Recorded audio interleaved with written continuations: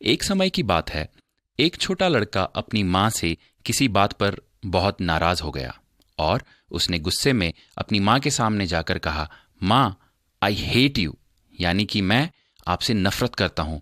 और गुस्से में दौड़कर वो बाहर चला गया। चलते चलते एक पहाड़ी पर पहुंचा और वहां जाकर बैठ गया। उसे अपनी माँ पर बहुत गुस्सा आ रहा था, इसलिए वह गुस्से में फिर जोर से चिल्लाया, I hate you, I hate you. जैसे ही वह चिल्लाया, उसे एक दूसरी आवाज पहाड़ी की तरफ से आती सुनाई दी, जो आई हेट यू कह रही थी। लड़का अचानक हुई इस घटना से डर गया। वह दौड़कर अपने घर गया और अपनी माँ को बताया कि माँ, पहाड़ी पर कोई गंदा लड़का है जो आई हेट यू चिल्लाता है।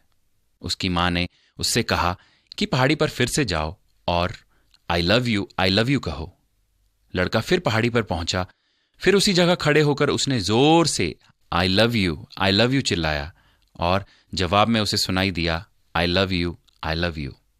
ये पहली बार था जब इस बालक का परिचय गूंज से हुआ, और उसकी इस बात से हम भी यही सीख सकते हैं कि जो हम जीवन में दूसरों को देते हैं वैसा ही हम पाएंगे।